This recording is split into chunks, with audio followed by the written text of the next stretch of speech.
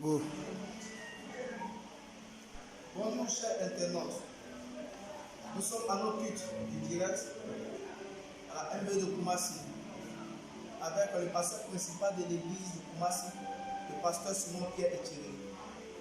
Bien-aimés frères, bien-aimés sœurs, j'aimerais vous présenter certains frères ou sœurs qui sont sur le même plateau que nous à la MV de Koumassi. Donc il s'agit de la sœur Marina, la Gabonaise Rachel, de mon confrère, le frère Timothée, et de moi-même, le frère Gédéon. Mais bien aimés frères, avant de commencer cette émission, ou bien avant de commencer ce moment, nous allons passer un moment d'adoration. Je vais écouter cette...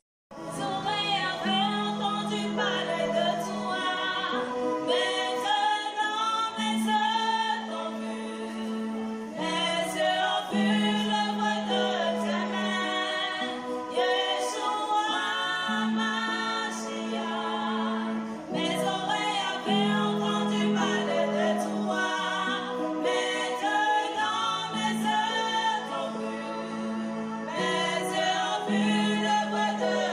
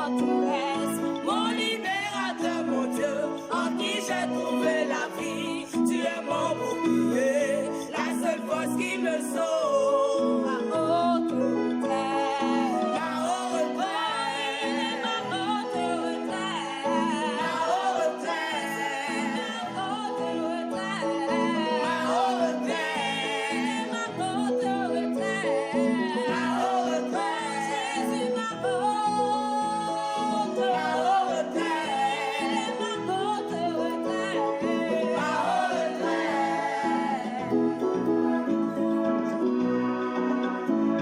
Louez l'Éternel de tout mon cœur. Je raconterai tous ses merveilles. Je ferai de lui le sujet de mes joies et de mon allégresse. Je chanterai son nom de très haut. Je t'aime, mon Éternel, tu es ma force. Éternel, mon rocher, ma forteresse, mon libérateur, mon Dieu, en qui j'ai trouvé la vie. Tu es mon bouclier, la seule force qui me sauve. Ma haute retraite, ma haute retraite. Oh, tu es ma haute retraite, ma haute retraite. Tu es ma haute retraite, ma haute retraite. Tu es ma vie, tu es ma foi, tu es ma haute retraite. Tu es, tu es, tu es, tu es, tu es, tu es, tu es. Tu es, tu es, tu es, tu es, tu es, tu es. Oh, tu es ma vie, tu es ma foi, tu es ma haute retraite. Tu es ma vie, tu es ma foi, tu es ma haute retraite. Ma haute retraite, je ne chancerai pas. Si loin de ma force et mon refuge, et ton Yahweh, mon Dieu.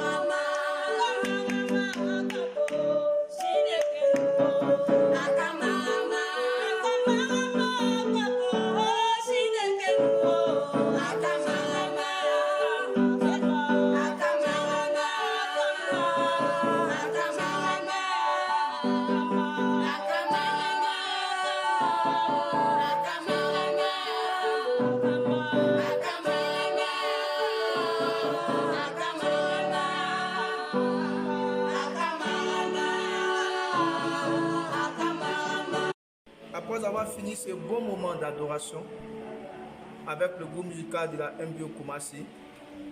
Je vais passer la parole à mon confrère, le frère Timothée, qui va nous conduire dans le reste du temps de ce que nous sommes en train de faire. Que Dieu nous bénisse. Restez. Vraiment, chers internautes, tous ceux qui nous suivent actuellement en direct, soyez bénis dans le nom de Jésus. Nous sommes à notre culte en direct à la mission La Voix de l'Évangile, accompagné de notre pasteur Simon Pierre Roch et Thierry. Amen. Dieu te bénisse. Actuellement, nous sommes, ou sinon l'humanité est en train de fêter un événement. Les chrétiens du monde sont en train de fêter un événement marquant, qui marque l'histoire de l'humanité, qui est aujourd'hui la Pâque.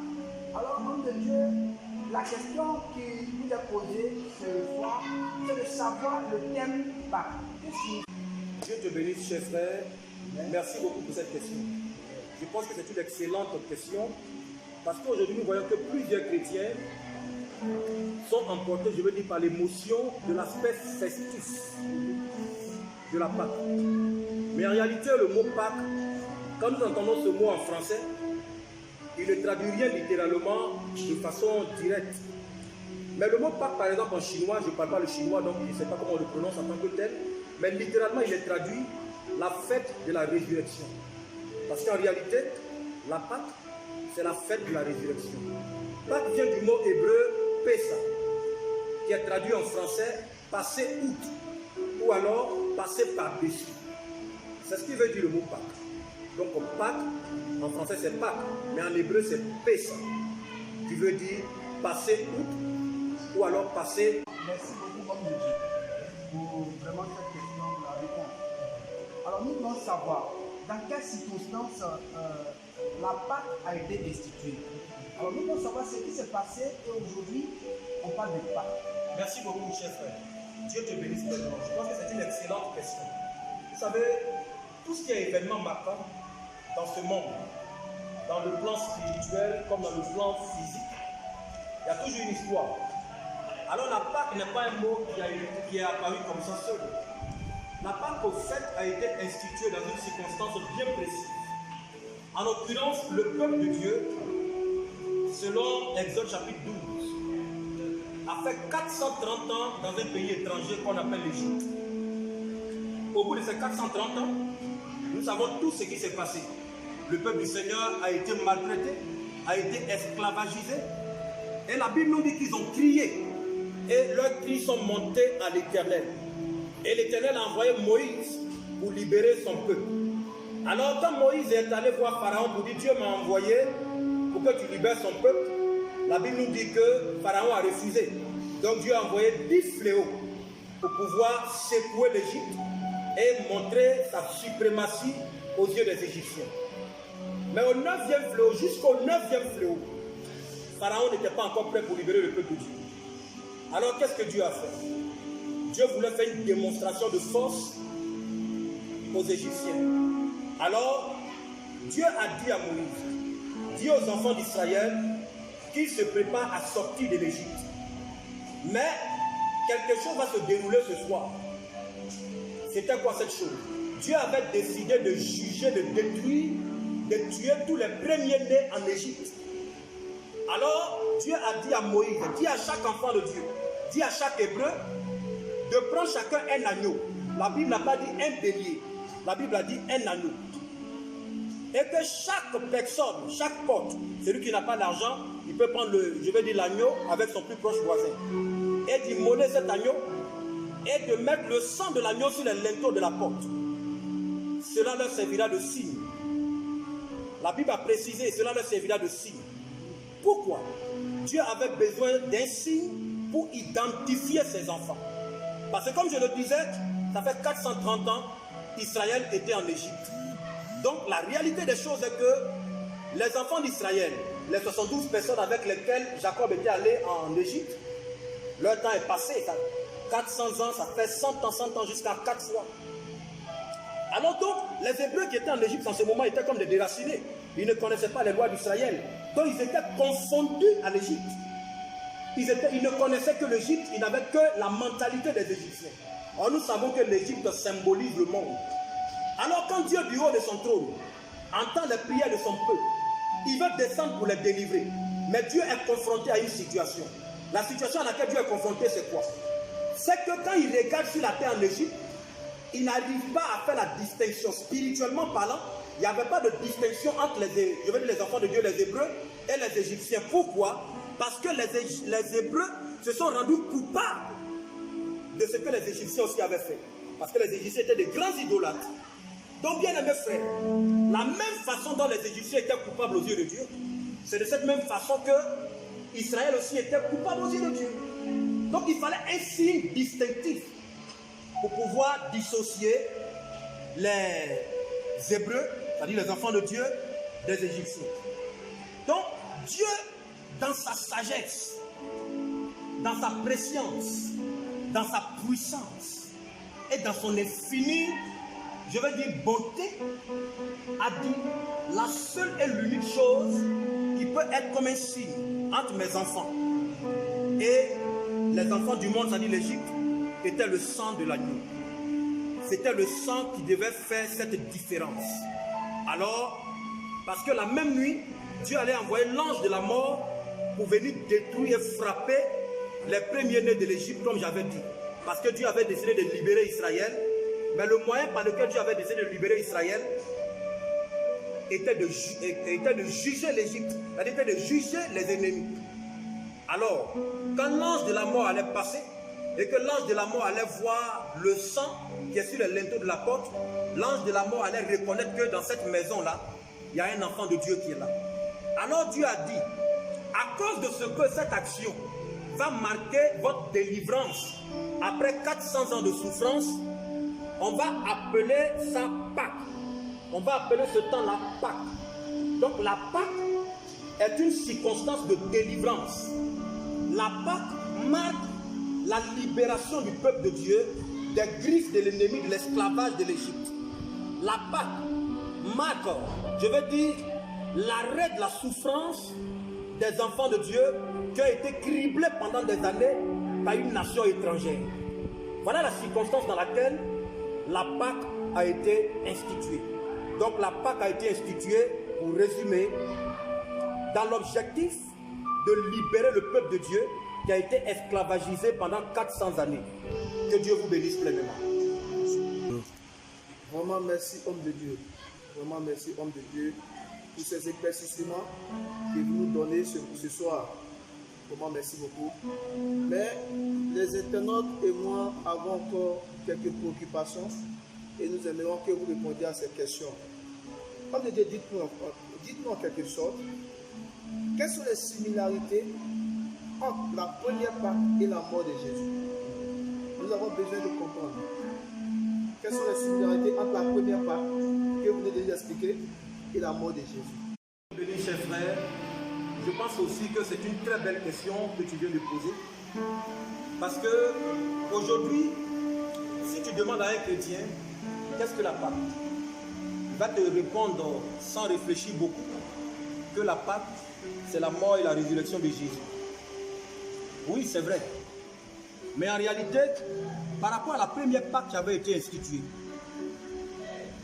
il y a une similarité directe entre cette première Pâque qui a été instituée et la mort de Jésus. En réalité, ces instructions que Dieu avait données au peuple d'Israël, d'immoler un agneau et de mettre son sang sur les linteaux des portes et de manger, je veux dire, cet agneau à la hâte, avec les reins sains, sans casser les os de cet agneau qu'ils vont manger, en réalité était la préfiguration de la mort et de la résurrection de Jésus. C'était en réalité la préfiguration du sacrifice que Jésus-Christ devait venir faire sur la terre pour notre libération. La première similarité que je veux dire lever ici, j'ai dit dans ma première intervention que Dieu a demandé au peuple d'Israël de prendre un agneau et non un bœuf et non une brebis. Jésus s'appelle comment? L'agneau de Dieu qui enlève le péché du monde. Et Jésus, en réalité, c'est lui qui est l'agneau pascal.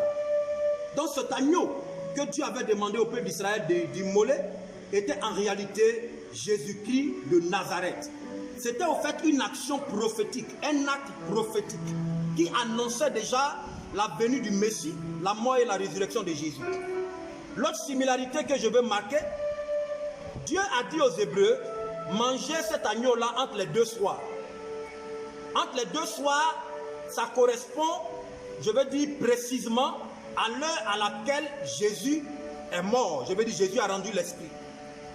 La troisième similarité, Dieu avait demandé au peuple de Dieu, quand ils vont manger cet agneau-là, qu'ils ne cassent pas les os, que les os ne soient pas cassés. Mais nous nous souvenons que quand Jésus a été cloué à la croix, à sa gauche et à sa droite, il y avait deux brigands. La Bible nous dit que ces deux brigands-là, dans le livre de Jean, lorsqu'ils sont morts, pour les enlever, pour aller les enterrer, on a été obligé de casser leurs os, de casser leurs pieds, de casser leurs mains, afin de pouvoir les détacher de la croix pour aller les enterrer. Mais le mystère au niveau de Jésus, c'est quoi?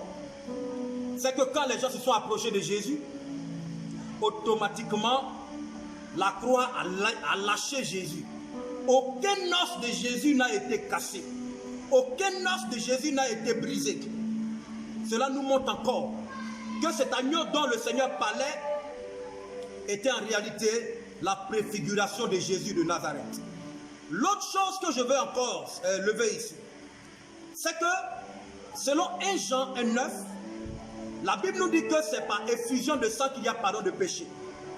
Et selon aussi 1 Jean 1,7. Pour que nous soyons libérés de nos péchés, purifiés de ce que nous avons fait de mal, il fallait que Jésus-Christ de Nazareth meure à la croix.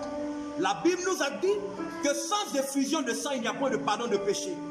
Dans l'Ancien Testament, quand quelqu'un péchait, selon son niveau social, devait envoyer, je veux dire un bœuf, ou alors un pigeon, pour aller voir les sacrificateurs faire des libations, et on prend ce sang pour le purifier, n'est-ce pas? Mais la Bible nous dit que cette libation n'effaçait pas le péché. Il couvrait simplement le péché. Pour vous expliquer que sans effusion de sang, il n'y a pas de pardon de péché. Donc, Jésus-Christ, ayant fait couler son sang à la croix, et ce sang-là nous lave de tout péché. C'est-à-dire toute personne qui se répand de son péché verra le sang de Jésus qui va le laver, qui va le purifier et qui va le rendre propre. C'est la même chose que Dieu avait demandé à son peuple. Israël était confondu à l'Égypte. Israël était aussi impur comme l'Égypte. Israël s'était rendu coupable comme l'Égypte. Alors la mort, l'ange de la mort qui devait passer, en réalité ne devait pas épargner les enfants de Dieu. En réalité, les Hébreux aussi devaient mourir, parce que la substance de l'Égypte était rentrée en eux. Mais le sang de l'agneau qui avait été immolé à la Pâque, à la première Pâque qui a été instituée, servait de signe pour pouvoir protéger, pour pouvoir servir de couverture à tous les enfants de Dieu qui avaient péché. De sorte que quand l'ange de la mort venait, quand l'ange de la mort va vouloir rentrer dans une maison, dès qu'il voit ce sang sur les linteaux de la maison, l'ange de la mort ne rentrera plus. Et l'ange de la mort va passer simplement. Pourquoi? Parce que là où il y a le sang, la mort n'a pas le droit d'y rentrer. Là où il y a le sang, l'ange de la mort n'a pas le droit d'y rentrer. Et même si tu étais hébreu, même si tu étais israélite, que ce sang n'était pas sur les linteaux de tes portes, quand l'ange de la mort allait venir, il rentrerait et il te tuerait purement et simplement. Alors le sang, la seule chose qui pouvait sauver les enfants de Dieu en ce moment, n'était pas le nom hébreu qui était sur eux, n'était pas le nom israélite qui était sur eux. La seule et l'unique chose qui pouvait les sauver, les délivrer de la main de l'ange de la mort, n'était rien d'autre que le sang de l'agneau qui a été immolé. Bien-aimés frères, voilà un peu les similarités que nous pouvons relever entre la première Pâque qui a été instituée et la mort et la résurrection de Jésus. Que le Seigneur te bénisse, cher frère. Vraiment, merci à vous, homme de Dieu. Merci à vous, pasteur Simon Pierre Ethiré. Vraiment, nous sommes vraiment contents de ces exemples que vous avez donnés et de ces expositions. Mais nous voulons savoir qu'est-ce que la Pâque veut véhiculer réellement comme message au peuple de Dieu. Lorsque Dieu envoya la Pâque, c'est quel message il veut nous véhiculer, nous, en tant qu'enfants de Dieu? Nous voulons savoir ça. Merci beaucoup. Dieu te bénisse, cher frère. Que le Seigneur te bénisse. Vous savez, la Pâque véhicule un message très puissant et très fort. Allons-y tout d'abord dans 1 Corinthiens chapitre 5. Nous allons ensemble lire le verset 7. Voilà ce que cette parole nous dit. Il dit, faites disparaître le vieux levain, afin que vous soyez une pâte nouvelle, puisque vous êtes sans levain, car Christ, notre Pâque, a été immolé. Que Dieu te bénisse pleinement et que sa grâce soit avec toi. La deuxième, je veux dire, le deuxième passage que nous allons lire, c'est dans le livre d'Exode chapitre 12. Nous allons lire à partir du verset 26. Le verset 26 jusqu'au verset 27 nous dit quoi? Et lorsque vos enfants vous diront, que signifie pour vous cet usage? Vous répondrez, c'est le sacrifice de Pâques en l'honneur de l'Éternel qui a passé par-dessus les maisons des enfants d'Israël en Égypte lorsqu'il frappa l'Égypte et qu'il sauva nos maisons. Le peuple s'inclina et adora. Bien, le deuxième passage que nous avons lu dans Exode chapitre 12, à partir du verset 26 et le verset 27, nous précise aussi ce qu'est la Pâque. La première chose que nous pouvons dire sur la Pâque, pour résumer ce que nous avons dit, c'est ce que 1 Corinthiens chapitre 5, à partir du verset 7 nous dit. Faites disparaître le vieux levain. Jésus-Christ, notre Pâque, a été immolé. Alors, la Pâque, au fait, vient pour marquer la séparation entre l'ancienne vie et la nouvelle vie. En réalité, la Pâque vient pour marquer la rupture entre la vie que les enfants de Dieu avaient en Égypte et la nouvelle vie qu'ils sont appelés à avoir sur la terre promise. Alors, nous étions aussi tous en Égypte, parce que l'Égypte symbolise le monde. Nous étions dans le monde, on ne connaissait pas Jésus-Christ de Nazareth. On marchait selon le penchant de nos cœurs. Notre mentalité était la mentalité de ce monde. Le péché nous avait enveloppés, nous avait envahis. Quand Dieu nous regardait, Dieu nous voyait comme des personnes que la mort devait emporter. C'est pourquoi j'aime ce chant qui dit: nous étions tous destinés à la mort. Nous étions tous destinés au feu de l'enfer. Mais le sang de Jésus nous a rachetés et nous a délivrés de la mort. Bien-aimés frères, la Pâque vient pour s'aimer la rupture entre notre ancienne façon de vivre et notre nouvelle façon de vivre. Israël, après 430 ans en Égypte, bien-aimés frères, juste après la Pâque, a totalement déménagé de l'Égypte, a totalement passé de l'esclavage à la liberté. La Pâque, c'est la marque de notre délivrance. La Pâque, c'est la marque de notre libération. La Pâque vient pour que nous puissions nous souvenir qu'un jour, dans notre existence, nous étions pris au piège de ce monde, au piège du péché, au piège, voyez, de tout ce qui est mauvais sur la terre. Mais dans cette souffrance, Jésus est venu donner sa vie à la croix pour nous. Je sais que vous ne l'ignorez pas avec moi. En temps normal, selon Romains chapitre 3, verset 23, et Romains chapitre 3, verset 26, la Bible nous dit clairement que tous sont péchés et sont privés de la gloire de Dieu. Chacun de nous ici était privé de la libération et de la liberté. L'homme n'avait aucun moyen de se délivrer lui-même. L'homme n'avait aucun moyen de se libérer lui-même de l'oppression du péché. L'homme n'avait aucun moyen de se dégager de l'esclavage que lui imposait le péché. Il a fallu Jésus, selon Ésaïe chapitre 53, pour venir mourir à la croix pour nous. C'est pourquoi la Bible a dit, le châtiment qui nous donne la vie est tombé sur lui. Bien-aimés frères, alors Jésus, en tant que l'agneau immolé, en tant que l'agneau pascal, a accepté de se laisser immoler comme un petit agneau pour que son sang puisse servir à marquer les linteaux de nos vies, les linteaux de nos portes. De sorte que quand l'ange de la mort va passer, l'ange de la mort puisse voir le sang de Jésus sur nos vies et passer outre, ou doit alors passer par-dessus.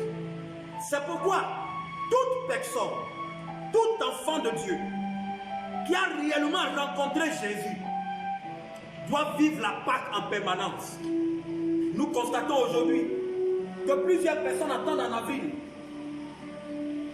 pour pouvoir fêter la Pâque. La Pâque est une perpétuité. La Pâque est une permanence. Parce que la délivrance est une permanence. La Pâque est une vie de tous les jours et non une vie de circonstances. Parce que la Pâque marque notre changement. Parce que la Pâque marque notre délivrance. Parce que la Pâque nous rappelle que pendant que nous étions esclaves de la mort, le Dieu du ciel nous a tant aimés et a fait tomber le péché de nos vies sur son fils Jésus-Christ de Nazareth. Bien-aimé, Dieu a dit à Moïse et dit aux enfants de Dieu que chacun d'eux prenne un agneau. C'est l'homme qui devait tuer l'agneau. C'est ceux qui voulaient la délivrance qui devaient tuer l'agneau. Que ça ne t'étonne pas que ça soit les païens, les Romains qui aient tué Jésus. Que ça ne t'étonne pas que ce soit les sacrificateurs et les maîtres de la loi qui ont tué Jésus. Pourquoi? Parce que Jésus étant l'agneau de Dieu qui enlève le péché du monde, il fallait que nous les hommes qui avons besoin de délivrance, nous puissions tuer cet agneau. Alors, il fallait que ce soit l'homme qui tue Jésus pour que son sang puisse servir à badigeonner nos vies dans l'objectif de nous marquer pour que l'ange de la mort ne puisse pas nous atteindre. Mais un mystère m'a fait plaisir. Un mystère qui a vu est triste, est injuste, mais qui en réalité est le mystère normal qui devait se passer. La Bible nous dit que Jésus a été mis devant les Hébreux, devant la foule, avec un nommé Barabbas. Alors, Ponce Pilate a posé la question entre Jésus et ce criminel de Barabbas, et ce violeur de Barabbas, et ce bandit de Barabbas, nous devons libérer qui? La Bible nous dit que l'humanité, les hommes, ont dit libérer Barabbas et tuer Jésus. Libérer Barabbas et tuer Jésus. C'était offert à la Pâque. Jésus devait mourir à la Pâque pour marquer la délivrance totale de l'humanité. Il fallait que Barabbas soit libéré parce que la Pâque est la manifestation de la libération. Si Barabbas avait été tué et Jésus avait été libéré, l'esprit de la Pâque aurait été trahi. Parce que Barabbas n'est pas un agneau de Dieu qui peut enlever le péché du monde. Parce que Barabbas ne peut pas être immolé. Parce que le sang de Barabbas ne peut pas servir de signe. Donc il fallait que Barabbas soit libéré. La Pâque vient pour libérer les bandits. La Pâque vient pour libérer les esclaves. La Pâque a marqué la libération du peuple de Dieu de l'Égypte. Dans cette Pâque dans laquelle Jésus était, ce jour de la Pâque-là, il fallait que le bandit Barabbas soit libéré. Il fallait que le violent Barabbas soit libéré. Il fallait que ce Barabbas qui était esclave du péché soit libéré. Parce que le sang de l'agneau de Dieu vient toujours pour libérer ceux qui sont enchaînés. Je veux dire à quelqu'un ce matin, je veux t'annoncer que tu es Barabbas. Le péché de Barabbas est tombé sur Jésus, selon Isaïe 53. Et cette Pâque a été une Pâque totalement réussie pour Barabbas. Les histoires spéciales nous disent que plus loin, Barabbas lui-même a été converti. Pourquoi? Parce que le diable voulait distraire l'opinion avec Barabbas. Or, en réalité, Barabbas lui-même avait besoin que Jésus soit immolé à sa place. Je veux dire à quelqu'un, toi et moi, nous étions hier enchaînés par l'esclavage du péché. Toi et moi, nous étions hier sur le coup de l'impudicité, de l'adultère, de la fornication, des avortements, du vol et du mensonge. Toi et moi, hier, en Égypte, Nous étions sur le coup du maraboutage, du mysticisme et de la vie, je veux dire, de débauche. Aujourd'hui, nous nous sommes repentis. Le sang de Jésus nous a lavé du péché, nous a marqués. Alors quand la mort de l'enfer veut venir s'accaparer de nous, automatiquement la mort voit le sang de Jésus et la mort est obligée de se maîtriser, de se calmer. Parce que c'est ça la part. Je veux dire à quelqu'un aujourd'hui, tu n'as pas Jésus dans ta vie. Tu n'as pas Jésus de Nazareth dans ta vie. Je vais t'annoncer aujourd'hui. Le temps est arrivé pour que tu donnes ta vie à Jésus. Le temps est arrivé pour que tu t'appropries le sacrifice de la Pâque. Le moment est venu pour que tu dises oui à Jésus. Parce que tant que tu n'es pas encore dégagé des chaînes de la mort, des chaînes du péché, tant que tu n'es pas encore dégagé des chaînes de l'impudicité, mets dans ton esprit que l'Égypte a encore un pouvoir sur ta vie. Mets dans ton esprit que l'Égypte a encore son esclavage sur toi. Mais regardez quelque chose, ce qui s'est passé. La Bible nous dit que Moïse a annoncé à Pharaon que l'Éternel dit de libérer son peuple. Sinon les premiers-nés de tout l'Égypte vont mourir. Bien-aimés frères, Pharaon a endurci son cœur. Pharaon a fermé son cœur. Mais Pharaon n'était pas au courant que Dieu avait institué ce jour-là pour pouvoir manifester sa gloire de façon éternelle et de façon définitive. Qu'est-ce qui va se produire? J'imagine un peu le Pharaon dans son palais. Comme Moïse a dit que les premiers-nés vont mourir, certainement Pharaon, en tant que le grand roi d'Égypte, a demandé à toute sa garde rapprochée et tous ses contingents les plus blindés de monter la garde peut-être dans la chambre de son fils. De monter la garde dans la chambre de son premier fils. Pour ne pas que la mort puisse prendre ce premier fils. Pharaon avait monté sa sécurité. Pharaon avait augmenté sa garde rapprochée. Et peut-être Pharaon attendait. Pharaon pensait que c'était sa sécurité qui allait libérer le peuple de Dieu. Pharaon pensait que sa sécurité, ses gardes, pouvaient le sortir de cette mort certaine. Pharaon était là et à sa grande surprise, à l'heure indiquée par l'Éternel, l'ange de la mort est passé et l'ange de la mort a frappé son premier fils. Bien-aimés frères, aucune sécurité dans ce monde ne peut s'égaler au sang de l'agneau. Aucune sécurité sur la terre ne peut te délivrer de la mort. Aucune sécurité sur la terre ne peut te libérer de cette mort certaine qui arrive. Rien sur la terre, comme dans le ciel, ne peut te libérer de la mort hors de Jésus. Bien-aimés frères, il n'y a que le sang de l'agneau qui peut te libérer de cette mort. Il n'y a que le sang de l'agneau qui peut te libérer de l'enfer. Le temps est arrivé pour que tu puisses te repentir. Le temps est arrivé pour que tu dises oui à Jésus.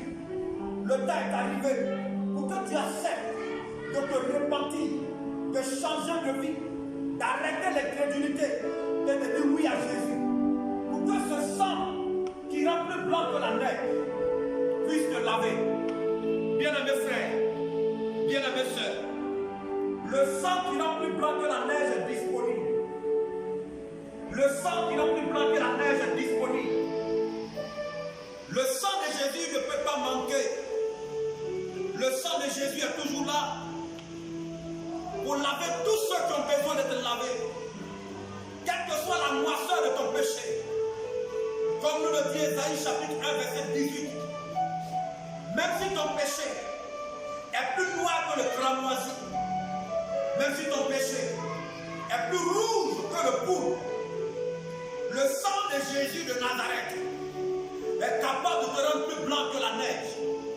Même si tu es le pire des brigands comme Barabbas, le sang de Jésus peut faire de toi un homme saint, un homme nettoyé. Pourquoi? Parce que le sang de Jésus est le sang qui a été qualifié par Dieu pour pouvoir nous libérer du péché. Bien-aimés frères, bien-aimés sœurs, seul le sang de Jésus peut nous libérer du vieux levain. Je vois des pères de famille, des mères de famille donner des conseils à leurs enfants, mais leurs enfants ne changent pas. Je vois la police arrêter des criminels, arrêter des bandits pour les mettre en prison. Mais les coups de matraque ne peuvent pas changer les gens. Je vois des juges condamner des personnes à de lourdes peines de prison. Mais aucune condamnation des juges ne peut libérer quelqu'un d'un péché. Vous savez pourquoi?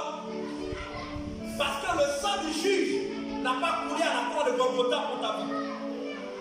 Les coups de matraque de la police ne peuvent pas transformer quelqu'un parce que le sang de la police n'a pas coulé à la croix pour nos vies. Bien-aimés, les conseils de tes parents ne peuvent pas te changer parce que le sang de tes parents n'a pas coulé à Golgotha pour ta vie. La seule personne qui peut te transformer, le seul sang qui peut te changer, c'est le sang de Jésus de Nazareth.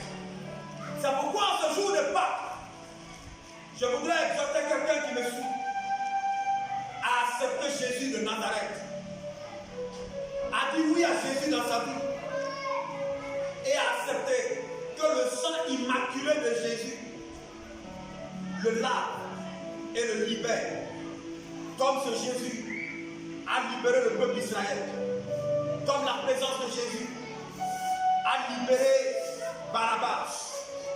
Que Dieu te bénisse pleinement et que sa grâce soit avec toi. C'est ça la manifestation de Dieu dans la Pâque. Dans la Pâque, Dieu délivre. Dans la Pâque, Dieu libère. Dans la Pâque, Dieu fait du bien. Dans la Pâque, Dieu dégage de la mort. Dans la Pâque, Dieu protège. Homme de Dieu, que Dieu vous bénisse abondamment. Amen. Merci beaucoup pour ces réponses pertinentes qui nous ont éclairées. Que Dieu vous bénisse. Nous comprenons par là que la Pâque, c'est le partage de l'état de l'esclavage à l'état de la délivrance. Et l'auteur de cette délivrance, c'est Jésus-Christ de Nazareth qui s'est donné à la croix pour notre vie et qui est ressuscité. Que Dieu vous bénisse abondamment. Alors, toi qui n'as pas encore accepté Jésus, nous t'exhortons ce soir à l'accepter pour rentrer dans ce miracle de la Pâque. Que Dieu bénisse tous ceux qui nous suivent actuellement. Que Dieu bénisse ces internautes. Que Dieu bénisse les frères et sœurs qui nous suivent actuellement. Nous avons fini notre culte en direct. Excellente Pâque à vous. Que Dieu vous bénisse abondamment.